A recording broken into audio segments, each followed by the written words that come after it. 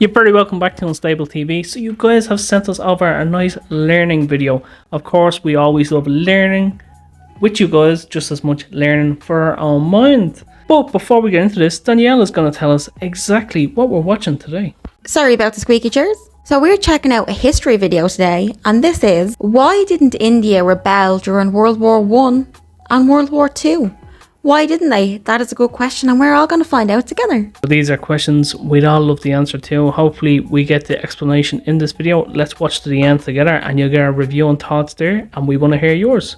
So let's watch this together. Let's go! As soon as the British turned up in India, the Indian people always the wanted British. them gone. As you'll know, this took a while. But interestingly, whilst Britain was embroiled in both world wars and fighting for both hegemony and its very survival, India didn't try to rebel. This raises the question, why? Why didn't the Indian people revolt against British rule during World War I or World War II? Yeah. So in the decade leading up to the First World War, India was not exactly an easy place for Britain to run. Political movements calling for independence, most notably the Indian National Congress, had been around for decades. But now their organisation and influence was growing, when in 1905 Lord Curzon, the Viceroy of India, opted to divide Bengal into two to separate the Indian and Muslim populations. The Indians reacted poorly. They collectively boycotted British goods, and some more radical revolutionaries attempted to assassinate British officials, which led to the partition being reversed. Things stayed heated, with the more radical members of the INC gaining momentum and thus being seen as the most likely to win India its independence. 1912 saw another attempt on the life of the British Viceroy, but a mere 2 years later, when Britain's attention was elsewhere, there was no attempt at breaking free.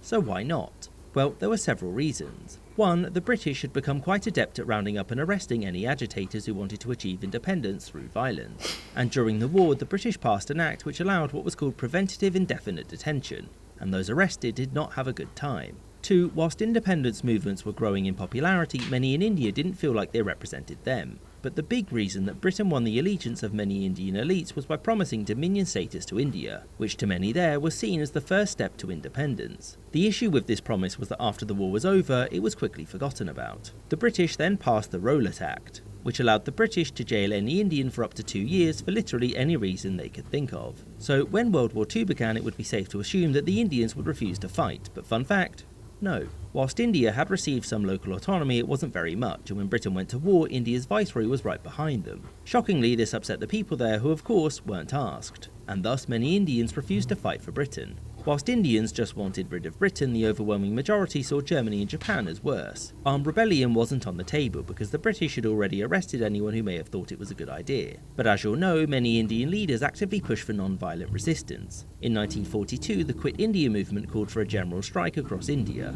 In response, the British arrested most Indian nationalist leaders. That said, the impact of the movement wasn't actually too bad for the British war effort. However, the sheer number of people who had turned out in support made it clear that India couldn't be kept in the empire much longer. Whilst many Brits wished to see India, or at least a part of it, remain a part of the empire, in Britain itself opposition was growing rapidly to it. And the Labour Party, who won the 1945 election, did so having promised to grant India independence, which was completed 2 years later.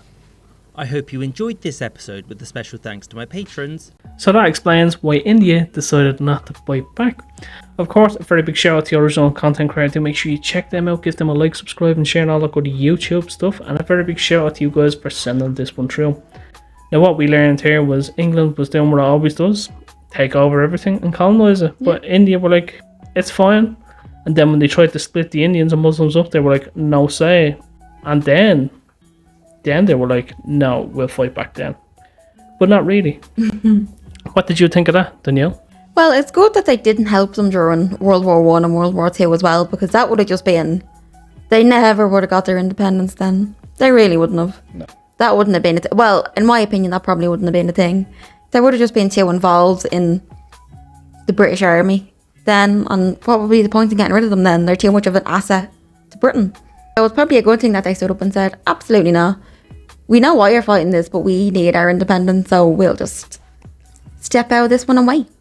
I genuinely thought before watching this video, India was just conscripted into the war by being under British rule. But by the looks of this, India already had their own government set up, the INC, I think it was called.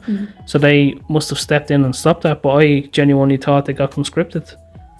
But I think that video answered that.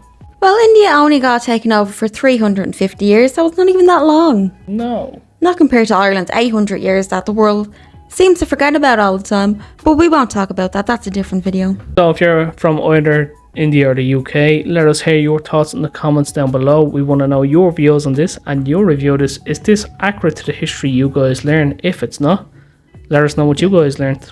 And if you like watching reaction videos with us, make sure you subscribe, give us a like and comment down below.